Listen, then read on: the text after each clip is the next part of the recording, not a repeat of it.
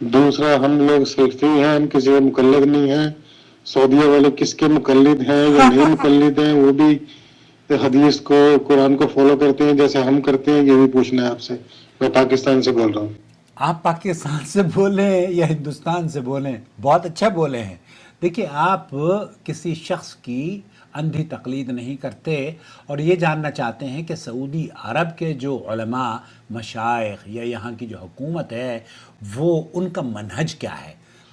اس موجودہ دور میں 2025 سے ہم گزر رہے ہیں. اس وقت نومبر کی آج 5 تاریخ ہے، اور اس دور میں جو بادشاہ ہیں، اللہ ان کو لمبی عمر عطا فرمائے، صحت اور عافیت کے ساتھ، ملک سلمان ابن عبدالعزیز، اور ان کے جو فرزند ہیں شہزادہ محمد بن سلمان حفظہم اللہ، وہ کراؤن پرنس ہیں.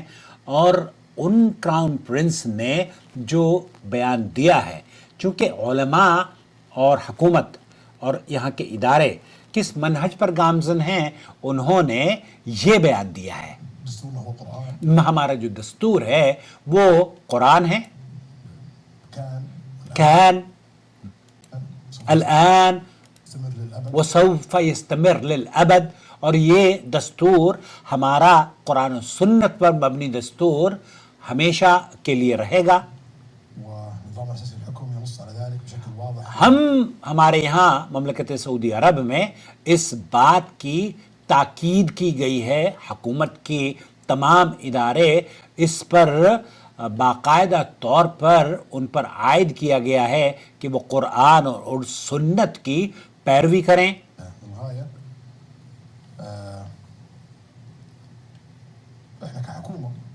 اور ہم کہ حکومت والے، کیونکہ کراؤن پرنس اس بات کو ظاہر کر رہے ہیں، بیان دے رہے ہیں، اور مجلس شورا، یہاں کی مجلس شورا، او ملک کوئی بھی بادشاہ، چاہے اس سے پہلے کے بادشاہ ہوں، کیونکہ جتنے بھی بادشاہ گزرے ہیں سارے کے سارے ملک عبدالعزیز کی اولاد قرآن و سنت کی دعوت دیتے رہے ہیں، اور قرآن و سنت ہی کے دستور پر عمل پیرا رہے ہیں. اور وہ بھی حکومت کے دوسرے ادارے، چاہے وہ کسی بھی شعبے سے ان کا تعلق ہو، ملزم یہاں کراؤن پرنس نے بہت واضح طور پر اس بات کا اپنے انٹرویو میں العربیہ میں گزشتہ چند سالوں قبل، بلکہ غالباً یہ 2021 کی بات ہے، اور میں نے کئی مرتبہ اس انٹرویو کا ترجمہ بھی اپنے چینل پر نشر کیا ہے، تو واضح طور پر انہوں نے کہا کہ ہمارا دستور کل بھی قرآن مجید تھا، آج بھی قرآن ہے، اور آئندہ بھی قرآن رہے گا. یعنی قرآن و سنت کی ہم بات کرتے ہیں. کراؤن پرنس حفظہ اللہ، ان کا موقف اور ان کا منہج وہی ہے جو کہ ان کے دادا ملک عبدالعزیز کا تھا رحمہ اللہ.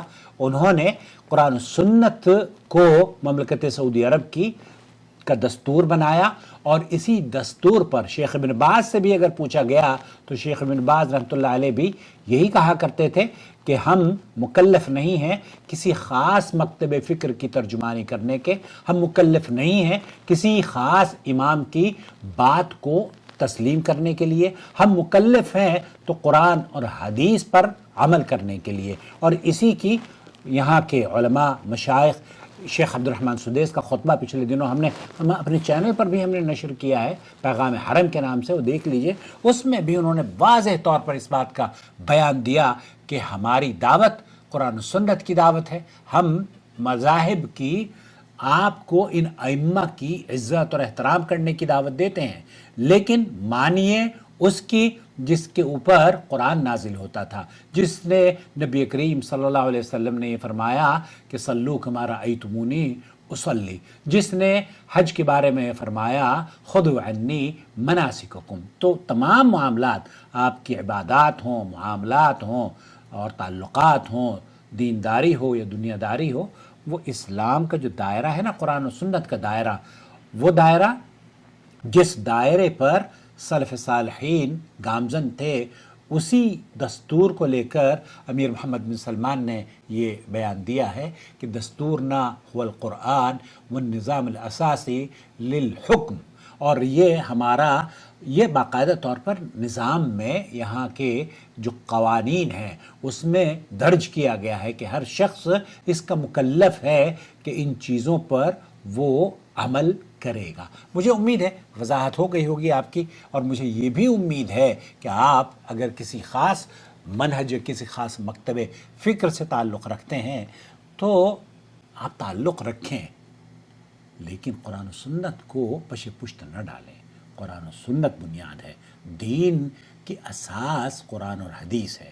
دین وہ جو اللہ کے رسول صلی اللہ علیہ وسلم پر نازل ہوا، دین وہ جو نبی کریم صلی اللہ علیہ وسلم کی حیات طیبہ میں مکمل ہو گیا، دین وہ جس پر نبی کریم صلی اللہ علیہ وسلم کے صحابہ نے عمل کیا، دین وہ جسے محدثین نے آپ تک کتب احادیث کے ذریعے عام کیا۔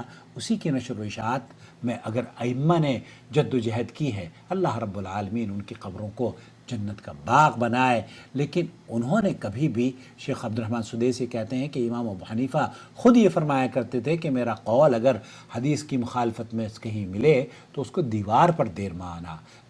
ہم مکلف نہیں ہیں کہ کسی خاص مذہب کی پیروی کریں، مکلف ہم ہیں اتبعو، اس چیز کی پیروی کرو جو تمہارے رب کی طرف سے نازل ہوئی ہے، اور رب کی طرف سے نازل قرآن اور حدیث ہے۔ وما علینا الا البلاغ المبین، وصلی اللہ علی نبینا محمد وعلی آلہ وصحبہ اجمعین۔